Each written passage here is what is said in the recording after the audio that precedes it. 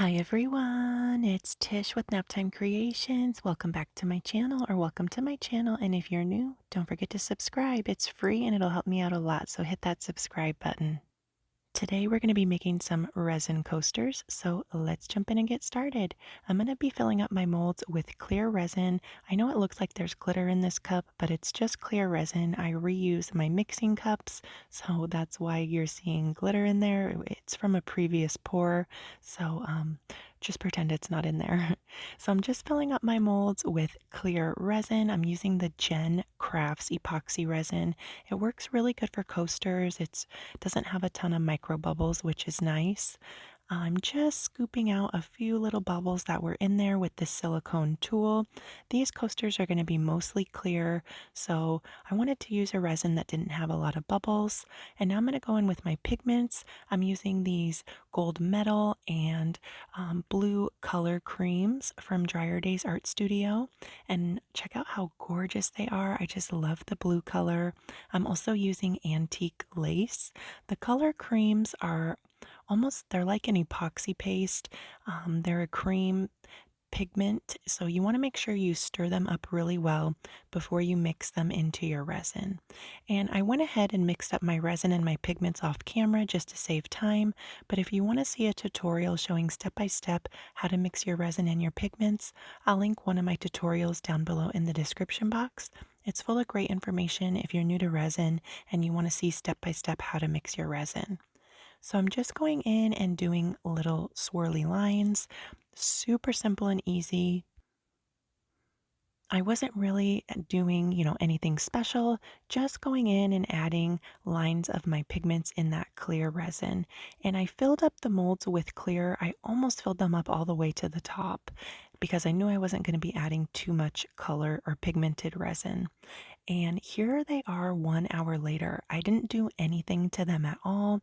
Check out how fun these turned out just by adding the lines of the different pigments, and the resin kind of left me with these fun designs as it sat and self-leveled out. I am going to go in with just a paintbrush. I'm only working on the surface of the resin. I'm not pushing down to the bottom of the mold because you can damage your molds if you do that. So I'm going to go in and just do some swirly designs on this one here. My plan was to do this on both of these coasters, but I thought the way that they looked was just so cool. I left one of them so we could see how different they turned out. And that was it. I just did my swirly designs. Here we are 24 hours later, ready to demold them. I just love these colors together. And I thought it was so cool how this one turned out when I literally just added lines of color, and that was it. So we're going to go in and actually add a glitter backing to these. I'm going to show you guys a fun way to kind of jazz up coasters. It's super easy to do. I'm going to use this Paris Lights sparkler glitter from Dryer Days Art Studio. I flipped my coasters over, and this is the back side of the coasters. I'm adding a good kind of dollop or pour, I guess, of the glitter mixed with clear resin to the center of my coaster here. And I'm just taking my craft stick and kind of pushing it out to the edge. I'm pushing it right up to the edge, and I'm making sure that I'm being really careful and I'm not going over the edge. And I'm going to do that on both of my coasters here. This is a great way to add a glitter backing to your coasters if you have them demolded and you think, they just need a little bit something extra.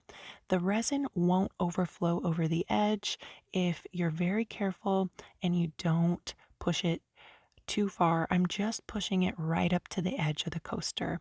I'm adding a little bit more to the center, and that's it. Super simple and easy.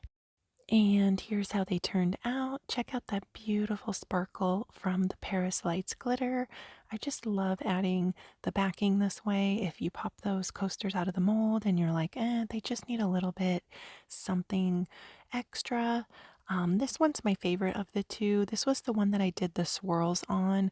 I'm not crazy about this one. I should have left it, but I wanted to upload this video to show you guys how easy this technique is with the GenCrafts resin.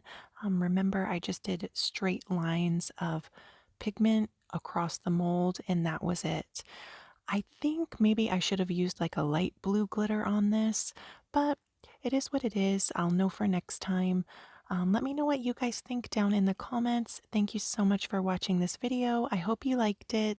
Don't forget to subscribe to my channel if you're not already, and go check out a few more of my other videos. That would really help me out a lot. I'll leave a few of my favorites right here. Just click the picture and it'll take you straight to the video. Hope you guys are all doing fantastic, and I will see you soon for another video. Bye, guys.